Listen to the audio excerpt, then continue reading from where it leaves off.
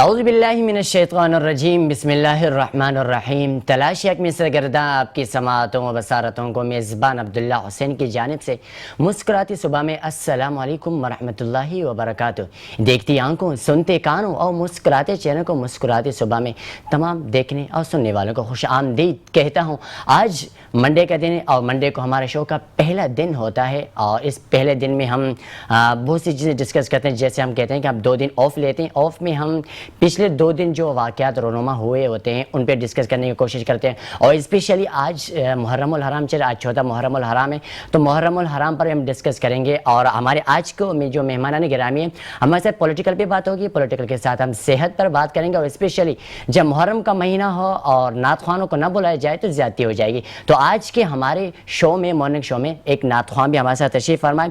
بلا تاخیر میں اپنے آج کے تمام مہمانان گرامی کو والہانہ خیر مقدم کرتا ہوں. میری سیدھی جانب تشریف فرمائے پاکستان پیپلز پارٹی کے روحی رواں عبدالرزاق باجوہ صاحب. السلام علیکم ورحمۃ اللہ وبرکاتہ. بہت شکریہ. وعلیکم السلام. کیسے آپ؟ خیریت سے؟ بالکل ٹھیک ہوں. Thank you. الحمدللہ. اسی کے ساتھ ہمارے آج کے دوسرے گیسٹ ہیں جنہوں نے نعت خوانی میں اپنا لوہا منوایا ہے. رب العزت نے انہیں خوبصورت آواز سے نوازا ہے. میرا مطلب حافظ عمر فاروق صاحب. السلام علیکم ورحمۃ اللہ وبرکاتہ. کیسے ہیں آپ؟ خیریت سے؟ طبیعت مزاج بخیر؟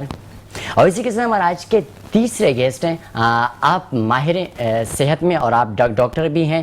میرا مطلب ڈاکٹر طارق ندیم صاحب، جنت کلینک کے آپ آنر ہیں. السلام علیکم ورحمۃ اللہ وبرکاتہ. جی آپ کیسے ہیں؟ ٹھیک ہیں الحمدللہ. کریں آپ سنائیں.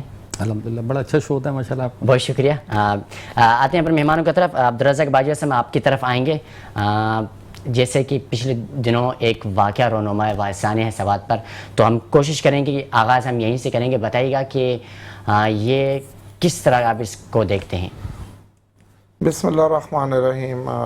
بلال صاحب، میٹرو نیوز کی جو پوری ٹیم ہے جو کیمرے کے سامنے اور جو کیمرے کے پیچھے، میں ان سب کا شکر گزار ہوں کہ اتنے اہم جو ہے معاملے پر آپ نے مجھے کچھ بولنے کا موقع دیا. تو سب سے پہلے تو میں آپ سب کا شکریہ ادا کرتا ہوں. اور میں بے حد افسردہ ہوں، بہت زیادہ دکھی ہوں، بہت زیادہ تکلیف میں ہوں. وہ واقعہ جو سوات میں ہوا جمعے کے روز، جو ایک سیالکوٹ سے کیا علاقہ ہے ڈسکا، وہاں سے وہ فیملی گرمیوں کی کچھ چھٹیاں گزارنے کے لیے اپنے ملک کے ایک حصے سوات میں جاتی ہے اور وہاں پر وہ ناشتہ کر رہے ہوتے ہیں کہیں بیٹھ کر. تو وہاں پر پانی کا ایک بہاؤ آ جاتا ہے جس کی وہ انہیں اندازہ نہیں تھا، کیونکہ وہ وہاں کے مقامی لوگ نہیں تھے. وہ پنجاب سے تعلق، پنجاب پورا الحمدللہ میدانی ہے، وہاں پہ پہاڑ وغیرہ ہے نہیں ہے، اس طرح کے دریا زیادہ وہاں ہے نہیں ہے.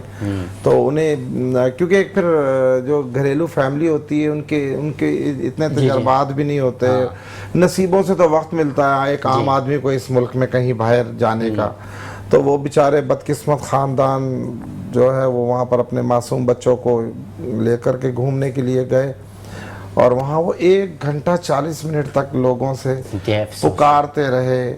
112 کو، KPK کی گورنمنٹ کو، پولیس کو، سول انتظامیہ کو، ڈپٹی کمشنر کو لوگوں نے فون کیے. جو باہر لوگ دیکھ رہے تھے وہ کنٹینیو جو ہے وہ ریسکیو اداروں سے رابطے میں تھے. سب نے انہیں کہا کہ جی آ رہے ہیں، آ جائیں گے، دیکھ لیں گے، کر لیں گے.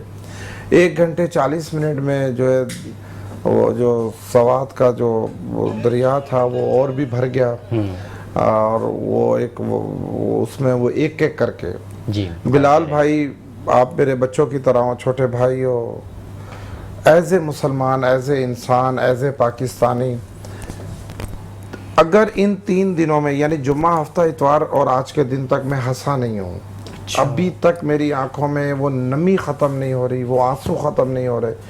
جب بھی بار بار سوشل میڈیا پر وہ اس قسم کی ان کی ویڈیوز آتی ہیں، ان کی بے بسی پر، ان کی اور ہمارے ملک کی انتظامیہ کی، ہماری حکومت کی اور ہم لوگوں کی بے حسی پر، بس اب ایک نہتا آدمی، ایک بے بس آدمی، ایک عام آدمی کیا کر سکتا ہے؟ وہ خود کو ہی جلا سکتا ہے، خود کو ہی تکلیف دے سکتا ہے، ان کو بددعائیں دے سکتا ہے. میں آپ کے لائف چینل پر کہتا ہوں کہ اللہ سبحان تعالیٰ ایسے حکمرانوں کو جو وہاں پر موجود تھے، جو ہیں، اللہ سبحان تعالیٰ ان کی اولادوں کو اس سے بدتر سزا دے، انہیں تباہ و برباد کرے، انہیں زمین میں دھسا دے.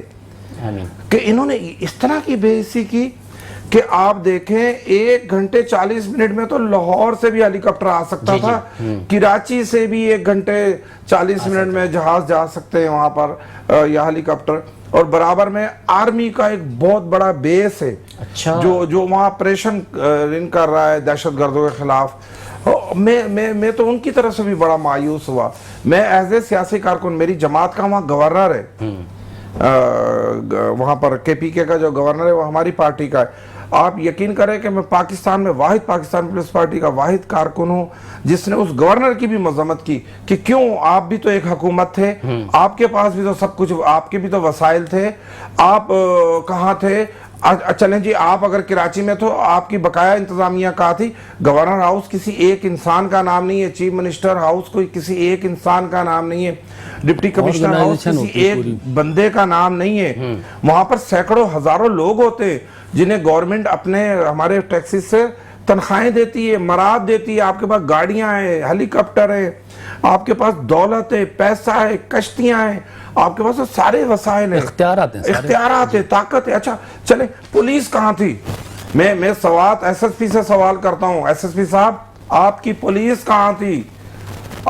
میں وہاں پر میں ڈپٹی کمشنر صاحب سے پوچھتا ہوں، چلیں جی چیف منسٹر صاحب کو تو پر لگے ہوئے ہیں، وہ تو بہت بڑے بندے ہیں، انہیں وہ بھی وقت یاد کرنا چاہیے جب ان کی 3 بار مونچھیں کاٹی گئی تھی کراچی میں، سندھ میں، انہیں وہ بھی وقت یاد رکھنا چاہیے، ان کی باقاعدہ مونچھیں کاٹی، گرفتار کر کے تھانے کے اندر مونچھیں کاٹی گئی تھی اس چیف منسٹر کی، اس کی وہ جو ہم پنجابی میں گت کہتے ہیں، اردو میں پتہ نہیں کیا کہتے ہیں، چٹیا بھی اس کی کاٹی تھی یہاں شکارپور میں تھانے میں۔ تو اسے حیا نہیں آیا؟ کیا یہ اتنا صرف انہیں خالی تبدیلی خان کو چھڑوانے کے لیے، قیدی نمبر 804 کے لیے یہ سارے وسائل استعمال کر رہے ہیں؟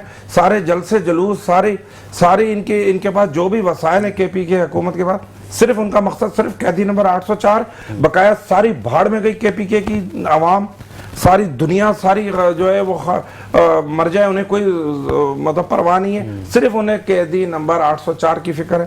لہٰذا باتیں تو بہت ہے، میں صبح تک کر سکتا ہوں، 24 گھنٹے اتنا بڑا سانحہ ہے، اتنا بڑا دکھ بھرا یہ واقعہ ہے، کیونکہ میں اولاد والا ہوں، ہماری اولاد ہے، ہمارے بچے ہیں، ہم تو اس ملک کے سارے بچوں کو اپنا بچہ سمجھتے ہیں، لیکن کیا کریں، جب حکمران بنتا ہے انسان، جب طاقت مند بنتا ہے، جب وہ اقتدار میں آتا ہے، جب اس کے پاس سارے وسائل آ جاتے ہیں، پھر وہ ایک فرعونیت بھی تو ذمہ داری بڑھ جاتی ہے، وہ پھر یہ فرعون ہے، یہ آج کا فرعون ہے۔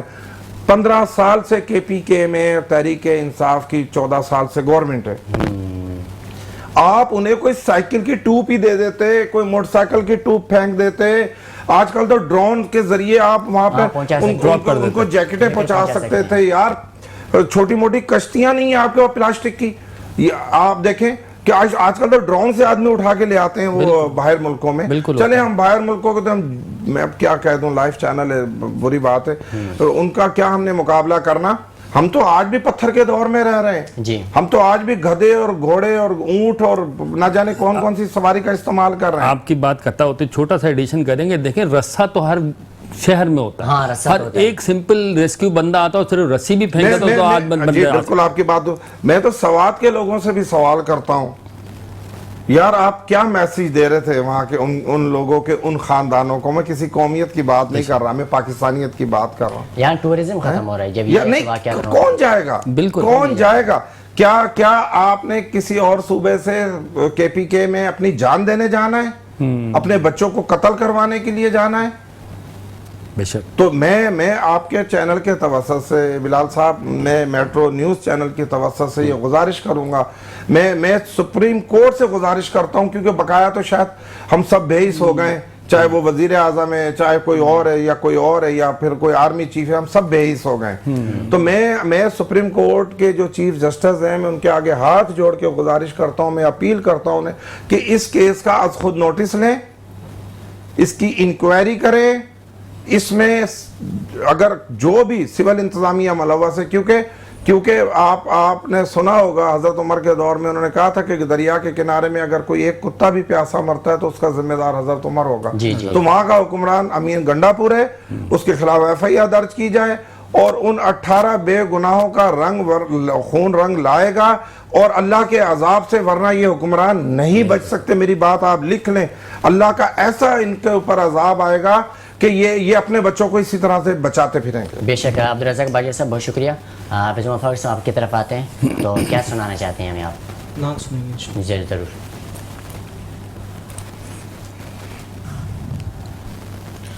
سارے عالم میں ہے روشنی آپ کی، نور ہی نور ہے زندگی آپ کی. سارے عالم میں ہے روشنی آپ کی، نور ہی نور ہے زندگی آپ کی. جس نے دیکھا وہی آپ کا ہو گیا، جس نے دیکھا وہی آپ کا ہو گیا. پرکشش تھی بہت دلکشی آپ کی، نور ہی نور ہے زندگی آپ کی.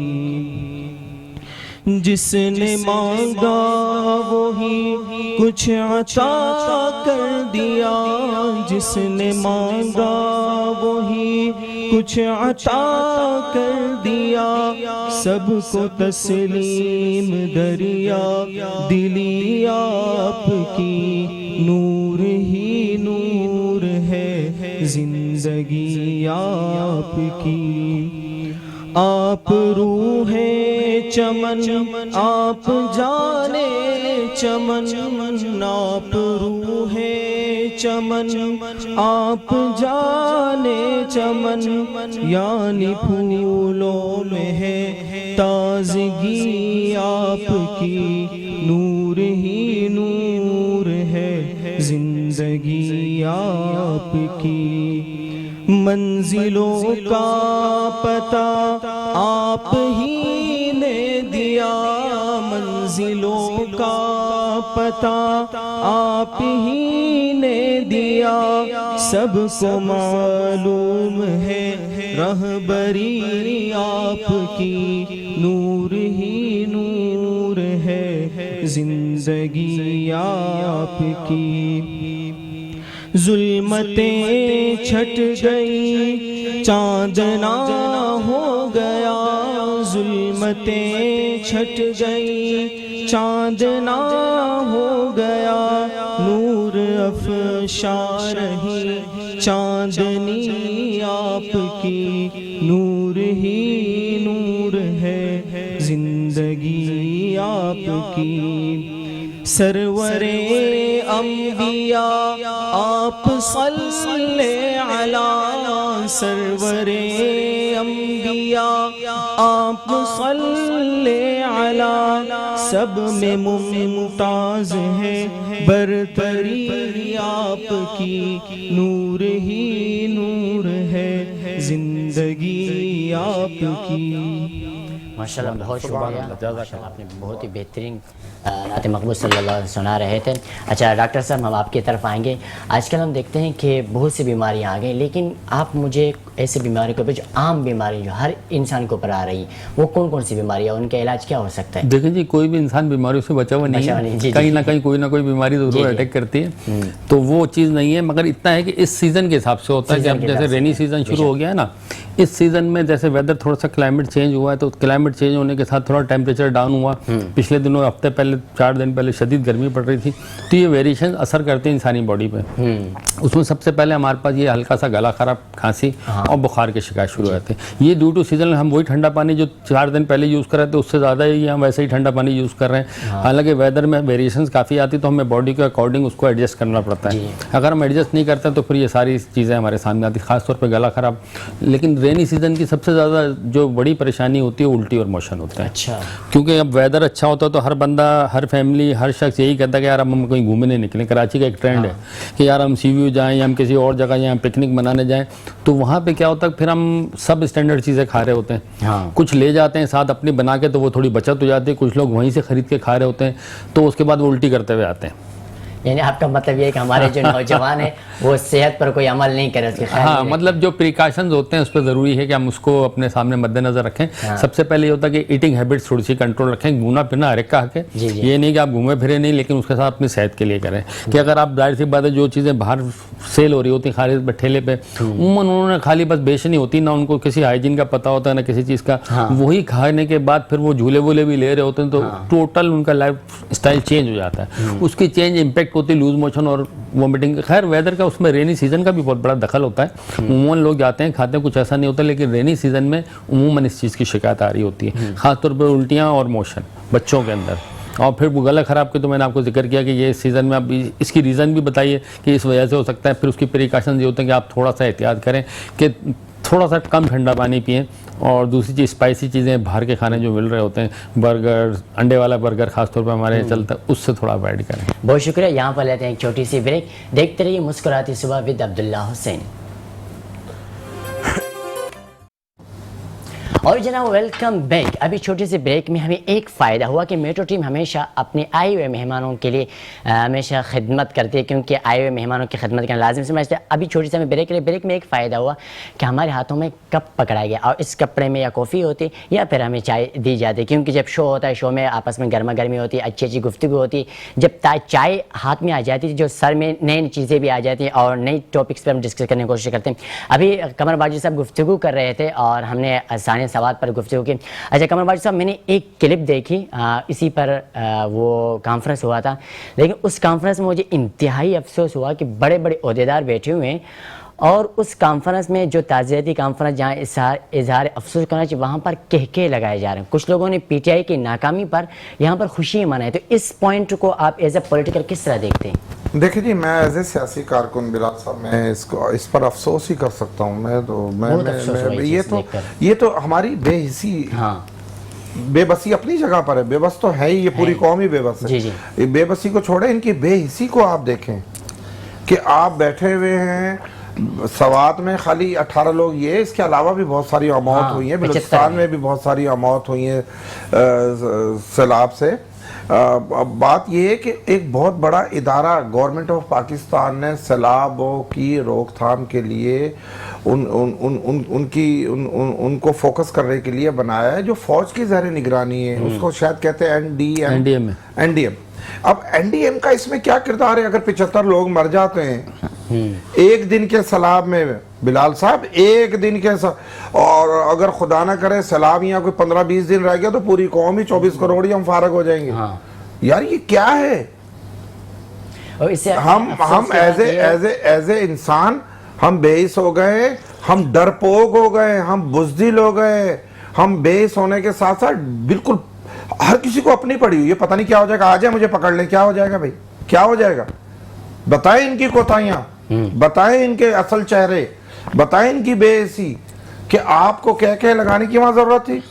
بھائی ٹھیک ہے نا, اگر پی ٹی آئی ناکام ہے وہ تو ناکام ہے, انہوں نے اپنا لیڈر جو ہے وہ قیدی نمبر 408 ہے, پتہ نہیں 804 ہے, پتہ نہیں 420 ہے, پتہ نہیں کیا ہے, وہ اس کو ڈالا ہوا ہے جیل میں. اس کو وہ نکالنے میں ناکام ہو گئے. انہیں تحریک چلانا نہیں آتی, انہیں کنٹینیو احتجاج کرنا نہیں آتا, انہیں بس عزت دار لوگوں کی بے عزتی کرنا کے علاوہ کچھ. آپ دیکھیں نا ان کی تربیت کیا ہے, ناچ گانا. تحریکیں اگر سیاسی جماعتیں چلاتی ہیں, میں اپنی پارٹی کی تعریف نہیں کر رہا ہوں, نہ میں انہیں خامخواہی بیچ میں لا رہا ہوں. آپ دیکھیں کہ ہم نے ایم آر ڈی کی تحریک چلائی, آپ دیکھیں ذوالفقار علی بھٹو نے ایوب خان کے خلاف تحریک چلا کے اسے اقتدار سے محروم کیا اور سویلین حکومت لائے, جمہوریت لائے ملک میں. آپ محترمہ بینظیر بھٹو صاحبہ کی جدوجہد, سیاسی جدوجہد دیکھیں کہ کتنا طاقت مند تھا صدر مشرف. آپ کو کیا لگتا ہے کہ عمران خان رہا ہوں گے؟ اگر رہا ہو گئے, دیکھیں میں انہیں بددعا نہیں دینا چاہ رہا, لیکن میں بتانا چاہ رہا ہوں وہ کبھی رہا نہیں ہوں گے. اچھا, یہ میں آپ کے ٹی وی چینل پر کہہ کے ایک چھوٹی سی ایشو کر لیں کہ ان کو رہا کروانا نہیں چاہتی. نہیں, وہ ان کے اپنے لوگ نہیں چاہتے. یہ پوائنٹ کل بھی پرائم منسٹر صاحب نے بڑے پن کا مظاہرہ کیا, شہباز شریف نے, اور انہوں نے دوبارہ سے تحریک انصاف کے لوگوں کو دعوت دی کہ آپ سیاسی بن کر آئیں. ان کے پاس اصل میں بلال صاحب ان کی سیاسی تربیت نہیں ہے. دیکھیں ایک سیاسی ورکر کی جو سیاسی تربیت ہوتی ہے انہیں اخلاقیات سکھائی جاتی ہیں, انہیں جب ہم اقتدار میں آئیں لوگوں کے مسائل کو حل کرنے کا طریقہ سکھایا جاتا ہے, انہیں جنرل کونسلر بنایا جاتا ہے, ناظم بنایا جاتا ہے, MP بنایا جاتا ہے, MLA بنایا جاتا ہے. اب یہاں پہ تو کچھ بھی نہیں ہے. وہ کہتا تھا عمران خان اپنی سیاسی زندگی میں, اب پتہ نہیں وہ کہاں ہیں یا زندہ ہیں یا پتہ نہیں, مجھے نہیں پتا, وہ کہتے تھے اپنے جلسوں میں او میں کلہ ہی کافی ہوں. او بھائی کلہ تو صرف اللہ ہے, اللہ سبحان تعالیٰ کے علاوہ کوئی کلہ نہیں ہے. اللہ وہ ایک قوت صرف سبحان تعالیٰ کی ہے, اللہ تعالیٰ کی ہے, جو اتنی طاقت, اتنا تکبر, اتنا غرور, سارا کچھ اسی کی شان کے لیے.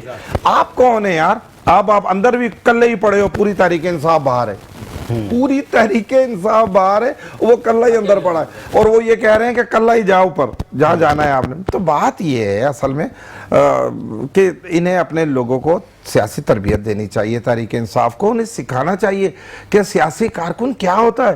ہمارے لوگوں کو آپ دیکھیں, آپ جنرل ضیاء الحق کے ساتھ جب پاکستان پیپلز پارٹی کا ٹکراؤ ہوا, ہمارے چیئرمین شہید ذوالفقار علی بھٹو پھانسی چڑھ گئے. ہمارے ہزاروں لوگوں کو جلا وطنیاں برداشت کرنی گئی, پاکستان میں ان کو رہنے نہیں دیا گیا. ہزاروں لوگوں کو کوڑے مارے گئے, پھانسیوں پہ چڑھایا گیا, سزائیں دی گئیں, جلا وطنیاں برداشت. لیکن آپ دیکھیں وہ پھر آئے, اسٹرگل کی, جدوجہد کی, اسٹیبلشمنٹ کو بھی سمجھایا کہ ہم آپ کے دشمن نہیں ہیں, ہم پاکستان کے دشمن نہیں ہیں, آؤ مل بیٹھ کر بات کرتے ہیں. محترمہ بینظیر بھٹو کے تو والد صاحب شہید ذوالفقار علی بھٹو کو ضیاء الحق نے پھانسی دی تھی. کون کہتا ہے سپریم کورٹ نے پھانسی دی تھی؟ وہ تو جعلی تھے. اب آپ دیکھیں جب محترمہ بینظیر بھٹو صاحبہ پاکستان دوبارہ آتی ہیں 88 میں, تو آ کے دوبارہ اسٹیبلشمنٹ کے ساتھ بیٹھتی ہیں کہ جی آئیں, جو ہوا سو ہوا, آئیں بیٹھیں, ہمیں اس ملک کو آگے بڑھانا ہے. وہ پھر آپ دیکھیں, اب پھر جب محترمہ بینظیر بھٹو کا جب ناراضگی, شدید ناراضگی ہوئی جنرل پرویز مشرف, یہ تو حالیہ 2-4-10 سالوں کی باتیں تو بچوں کو بھی پتہ ہے یار. آپ دیکھیں جنرل مشرف نے کتنا زور لگایا محترمہ بینظیر بھٹو صاحبہ پاکستان نہ آئیں. جب وہ پاکستان آئیں مشرف کا جبر توڑ کر, تو انہوں نے آ کے زمین کو چوما ہے, سجدہ گیر ہو گئی کہ میں اپنی زمین پر آ گئی ہوں, میں اپنے ملک میں آ گئی ہوں. اور انہیں کہا گیا, انٹرنیشنل اسٹیبلشمنٹ نے بھی انہیں بتایا, پاکستان کی جو انتظامیہ تھی, ایجنسیز تھی, انہوں نے کہا کہ آپ یہاں سیف نہیں ہیں, آپ کو نقصان ہو جائے گا. لیکن وہ نہیں ڈری. اور یہ میں کہتا ہوں کہ سیاسی کارکن کی یہ تربیت ہونی چاہیے. اگر عمران خان کو اس ملک میں سیاست کرنی ہے تو انہیں اپنے رویہ چینج کرنا چاہیے, سیاسی لوگوں کے ساتھ مذاکرات کرنے چاہیے, اپنے جو ان کے وہ جو چوزے موزے ہیں انہیں سمجھانا چاہیے کہ کس طرح سے سیاسی گفتگو کرتے ہیں, اسمبلی میں کیا رول ہوتا ہے, اور ہمیں کس طرح لوگوں کے وسائل اور مسائل حل کرنا ہے. بہت شکریہ حافظ محمد فاروق صاحب, ہمارے پاس وقت کم ہے, مختصر سے کوئی کلام سنانا چاہتے ہیں آپ؟ میں بے بس غم زدہ بے آسرا مجبور انسان ہوں, میں غزہ کا مسلمان ہوں, میں غزہ کا مسلمان ہوں. مجھے جو زخم لگتے ہیں مجھے بھی درد ہوتا ہے, مسلمانان عالم کو بتاؤ میں پریشان ہوں, میں غزہ کا مسلمان ہوں, میں غزہ کا مسلمان ہوں. میرا گھر بار جل کر خاک ہوتے سب نے دیکھا ہے, میں دکھیارا بھی فرد امت محبوب یزداں ہوں, میں غزہ کا مسلمان ہوں, میں غزہ کا مسلمان ہوں. مجھے پڑھ کر کوئی کیوں اپنی خوشیوں میں خلل ڈالے, کتاب زندگی کا مختصر دل سوز عنوان ہوں, میں غزہ کا مسلمان ہوں, میں غزہ کا مسلمان ہوں. میرے اس حال پہ دنیا نے خاموشی کی ٹھانی ہے. یہ دنیا فائدہ چاہے میں تو نقصان ہی نقصان ہوں. میں غزہ کا مسلمان ہوں, میں غزہ کا مسلمان ہوں. میری خاطر جہان رنگ بو کو کون چھوڑے گا.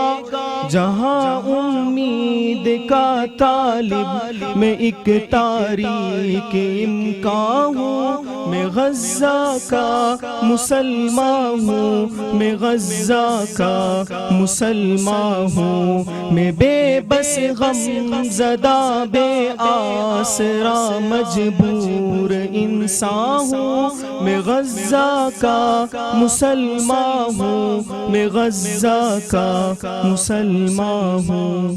بہت شکریہ ماشاءاللہ, آپ نے خوبصورت آواز میں کلام پیش کر رہے تھے. ڈاکٹر صاحب ہم دوبارہ آپ کی طرف آتے ہیں. بتائیے گا کہ ہم دیکھتے ہیں ہمارے بڑے بڑے ہاسپٹلس اور اب ٹیکنالوجی کے بھی دور چل رہا ہے, تو پاکستان میں صحت میں کہاں کمزوری ہے اور آپ کیا سمجھتے ہیں اس کو کیسے بہتر کیا جا سکتا ہے؟ دیکھیں جی, ہماری صحت میں الحمدللہ لوگوں میں تو کمزوری ہے. صحت کے معاملات میں حکومت کی کمزوری تو اپنی جگہ ہائی لائٹ ہوتی ہے, بٹ ہمارے یہاں سسٹم کی کمزوری ہے. اچھا, ہاں سسٹم کی کمزوری مطلب مینجمنٹ ہمارے یہاں درست نہیں ہے. ہر چیز اللہ تعالیٰ نے دی ہے, ہر علاقے میں ہاسپٹل ہیں, سب کچھ ہے, لیکن مس مینجمنٹ کی وجہ سے ہم لوگ تھوڑا سفر کرتے ہیں. اس کی وجہ یہ ہوتی ہے کہ دیکھیں جس کا جو کام ہے وہ شخص وہ کام اپنا کرتا نہیں ہے. اب ایک بیسک ہیلتھ یونٹ کراچی جیسے اسپتال میں تو آپ کو پتہ ہے جنا اسپتال, سول اسپتال, ہر قسم کی فیسلٹیز ہیں, بٹ اب کراچی میں ڈسٹینس اتنا زیادہ ہے کہ فرض کریں نزلہ زکام کی دوائی لینے کے لیے ایک بندہ لانڈی سے جنا اسپتال آتا ہے تو اس کو 400-500 روپے تو کرایہ لگ جائے گا, تو وہ نزلے کی دوائی پرائرٹی میں ایک اپنے قریب سے لے لیتا ہے. یہ قریب والی جو صورتحال ہے کہ آنا جانا, حالانکہ فیسلٹیز بیسک موجود ہیں لیکن ایٹ دا ڈور اسٹیپ نہیں ہے. ہمیں ہر علاقے میں ان کے ڈور اسٹیپ پہ بیسک ہیلتھ یونٹ میں تمام سہولت پرووائڈ کرنی چاہیے, ہیں صحیح, عمل نہیں ہوتا. اس کی امپلیمنٹیشن نہیں ہے, قانون بھی ہے, لوگ بھی ہیں, دوائیں بھی ہیں, سب کچھ ہے. ہمارے یہاں سسٹم بہت اچھا بنا ہوا ہے, قانون ہر طرح کا ہے, اس پہ اپلائی نہیں کیا جاتا. اگر تھوڑی سی محنت کی جائے, ذرا سی توجہ کی ضرورت ہے. اگر ہم اس پہ توجہ دے دیں ایڈمنسٹریشن کے حوالے سے کہ بیسک ہیلتھ یونٹ میں ڈاکٹر کی, نرسز کی اور میڈیسن کی فراہمی اور ٹائمنگ کا اگر تھوڑا سا سختی سے کر لیں تو مجھے نہیں لگتا کہ ہمارے یہاں کسی چیز کی کمی ہے. ہر چیز اویلیبل ہے, بس ہم تھوڑا مس مینیج کرتے ہیں, تو اس وجہ سے ہم دنیا میں تھوڑے سے پیچھے رہ جاتے ہیں. ڈاکٹر صاحب, ایک بہت ہی عام بیماری آج کل جو وہ آگے گروتھ کر رہی ہے, جسے کہا جاتا ہے شوگر یا بلڈ پریشر جو ہائی ہو رہے ہیں, تو جو یہ مریض ہیں ان کو کن چیزوں کا خیال رکھنا چاہیے, کوئی پرہیز بتائیے. ہاں دیکھیں تو شوگر تو دیکھیں ایک ایسی بیماری جو ہمارے لائف اسٹائل سے ہی پیدا ہو رہی ہے. دیکھیں شوگر ہمارے یہاں آپ 5-10 سال 15 سال پیچھے چلے جائیں تو چند لوگ ہوتے تھے جو کہتے تھے یار ہمیں شوگر ہے تو ہم نے پرہیز کرنا, یا مجھے بلڈ پریشر ہے تو اس کو بڑا وہ سمجھا جاتا تھا یار یہ پتہ نہیں کیا چیز ہے. اب اس ٹائم کے اوپر آ کے جب ہم 2025 میں بیٹھے ہیں تو ڈائبٹیز سب سے زیادہ, ہم میں دوسرے یا تیسرے نمبر پہ ڈائبٹیز میں آ چکے ہیں ورلڈ کے اندر ہی. میں آپ کو ایکچوئل ڈیٹا بتا رہا ہوں کہ ہم بہت تیزی سے ڈائبٹیز میں آگے جا رہے ہیں, بہت جلد نمبر 1 پہ آ جائیں گے. اس کی وجہ یہ کہ ہماری ایٹنگ ہیبٹس اور لائف اسٹائل ٹوٹلی چینج ہو گیا پچھلے 5 سے 10 سالوں میں. ہم نے کھانا پینا ماشاءاللہ اچھا کر دیا ہے, ریسٹ زیادہ ہو گیا ہے, کام کرنا کم کر دیا ہے, پیدل چلنا ہم نے چھوڑ دیا. جو بیسک لائف اسٹائل ہے جب تک ہم اس کو چینج نہیں کرتے ہم تمام بیماریوں سے نہیں بچ سکتے. اور ان میں سب سے top of the list blood pressure اور شوگر ہے, اور یہ بیماریاں ایسی ہیں جس کو ہم خود دعوت دیتے ہیں. اچھا, مطلب اس کو آپ اوائڈ کر سکتے ہیں بذریعہ سمپل سی کچھ پریکاشنز میں آپ کو بتا دیتا ہوں جلدی سے کہ اپنے لائف اسٹائل کو چینج کریں. ڈاکٹرز بھی اگر آپ کنسلٹنٹ کے پاس بھی جائیں گے تو سب سے پہلا ایشو آپ کو یہ کہے گا چینج یور لائف اسٹائل. اور پھر اس کے بعد اوبیسٹی آ جاتی ہے کہ ہمارے بچے بھی موٹے ہو رہے ہیں. اچھا, یہاں پر لائف سٹائل چینج سے آپ کا کیا مراد ہے؟ یہ میں وہی ایکسپلین کر رہا ہوں, تھوڑا سا ٹائم دیں مجھے, میں آپ کا ٹائم دوں گا, قیمتی ٹائم ہے. کہ دیکھیں لائف اسٹائل سے مراد یہ ہوتی ہے کہ جس طریقے سے ہم رہ رہے ہیں, کھا رہے ہیں, پی رہے ہیں, یہ ہمارا لائف اسٹائل ہوتا ہے. اگر ہم اس کو ہیلدی نہیں رکھتے تو یقیناً ہم بیمار ہوں گے. اور ان میں ٹاپ آف دی لسٹ جو بیماریاں ہمیں ہٹ کرتی ہیں اس میں ڈائبٹیز اور شوگر ہوتی ہے. اور ڈائبٹیز اور شوگر کا ہماری لائف اسٹائل سے بہت گہرا تعلق ہوتا ہے. اب آپ نے بچے دیکھو گے آج کل زنگر, برگر, فرائز, یہ وہ ان چیزوں کی طرف جاتے ہیں جو جنک فوڈ ہوتا ہے, اور ان کا ویٹ گین ہو رہا ہوتا ہے. اب ایک بچے کا جب 10 سال کی عمر میں ویٹ گین شروع ہوگا, جب وہ 30-35 سال کی عمر میں پہنچے گا تو اس کو یہ ساری بیماریاں تحفے میں ساتھ لے کے جائے گا. اب اگر ہم اپنے بچوں کو بھی بچانا چاہتے ہیں اور خود کو بھی بچانا چاہتے ہیں تو ہمیں اس لائف اسٹائل کو چینج کر کے سمپل اور سادہ لائف اسٹائل رکھنا چاہیے. واک کریں, سادہ کھانا کھائیں اور ٹائم پہ نیند پوری کریں. آج کل کے بچے ماشاءاللہ 2-3 بجے سے پہلے تو سوتے نہیں ہیں. تو یہ ساری چیزیں کلیکٹیولی ہمیں لے کے جاتی ہیں بلڈ پریشر اور ہائپر ٹینشن کی. اگلے 15 سال میں ہمارا بہت برا حال ہونے والا ہے. ڈاکٹر صاحب ہمارے پاس بچے ہیں 3 منٹ. اب 3 منٹ پہ ہم ایک پیغام لینا چاہتے ہیں, تو جو لوگ میڈیکل فیلڈ میں آنا چاہتے ہیں, جو ڈاکٹر بننا چاہتے ہیں, 30 سیکنڈ میں ان کو آپ کیا پیغام دینا چاہتے ہیں؟ دیکھیں, ڈاکٹر بننے کے لیے سب سے ضروری کام پیسہ ہے. اچھا, دیکھیں آج کل کے دور میں ڈاکٹر بننا سب سے مشکل ہے. جس وقت میں ڈاکٹر بنتا 1100 روپے سالانہ فیس میری ہوتی تھی. اب میں خیال 20-25 لاکھ روپے آپ کو ایڈمیشن فیس دینی ہے. تو سوچنا بھی بہت مشکل ہے. اگر سمون ہے افورڈ پرائیویٹ ادارے آ گئے, آپ وہاں جا کے ڈاکٹر بن سکتے ہیں. صرف پیسہ بہت ضروری ہے. پیسہ بہت ضروری اور پڑھائی تو خیر ہے, اگر آپ بغیر پڑھائی کے تو ڈاکٹر بننا ناممکن ہے. بہت شکریہ. محنت کرنی پڑتی ہے. باجوہ صاحب آپ کی طرف آتے ہیں. ویسے تو مجھے کراچی بھی ڈسکس کرنی تھی, لیکن وقت کی قلت کو مد نظر رکھتے ہوئے آخر میں 30 سیکنڈ میں آپ کیا پیغام دینا چاہیں گے کسی؟ عبداللہ, میں تو یہی پیغام دینا چاہوں گا. محرم کا مہینہ چل رہا ہے, ہم سب کو صبر صبر صبر صبر تحمل, برداشت اور قربانی کا جذبہ پیدا کرنا چاہیے. جس طرح ہمارے بزرگوں نے, ہمارے بڑے پیغمبروں نے جس طرح ہمارے نے دی ہے قربانیاں, اسے ہمیں یاد رکھنا چاہیے. اور بس صبر کا دامن ساتھ نہیں چھوڑنا چاہیے. کیا پیغام دینا چاہیں گے؟ یہ کہوں گا کہ انسان کو انسان بن کے ہی رہنا چاہیے, اور فرعون نہیں بننا چاہیے. انسانیت کی خدمت ہونی چاہیے. بہت شکریہ. یہاں پر ہم بریک کی طرف جاتے ہیں, اور بریک کے بعد آپ کو نئے مہمانوں سے ملاقات کرائیں گے. لیکن یہاں پر ایک چیز میں ضرور ایڈ کرنا چاہوں گا, جیسے ہم نے ابھی پولیٹیکل پہ بات کی, اور ہم دیکھتے ہیں کہ ہمارے جو نوجوان طبقہ ہے وہ اس وقت سیاست میں اتنا مگن ہے جس کو سیاست کا لفظ سین سے پتہ نہیں کہ سیاست ہوتی کیا ہے, لیکن وہ اپنے لیڈروں کے پیچھے ایسے پڑے رہتے ہیں جن کو پتہ ہے. ابھی پی ٹی آئی والوں کو اسپیشلی یہ پیغام دینا چاہوں گا, اگر آپ یہ چاہتے ہیں کہ ہم اس لیے پی ٹی آئی کو سپورٹ کریں, اس لیے پی ٹی آئی کو جوائن کیا ہے کہ ہم عمران خان کے لیے, تو اب عمران خان نہیں رہا. اب جو یہ لیڈرشپ چل رہی ہے, اب وہ حکومت نہیں ہے, اب یہ وہ جماعت نہیں جو پہلے تھی. اگر آپ صرف پی ٹی آئی کو اس لیے پسند کرتے ہو کہ وہ عمران خان سے آپ کی محبت ہے, تو میں آپ سے ایک ریکویسٹ کروں گا کہ اب عمران خان نہیں رہا, اب اس لین کو آپ چھوڑ دیں, کیونکہ لیڈر کسی کا نہیں ہوتا.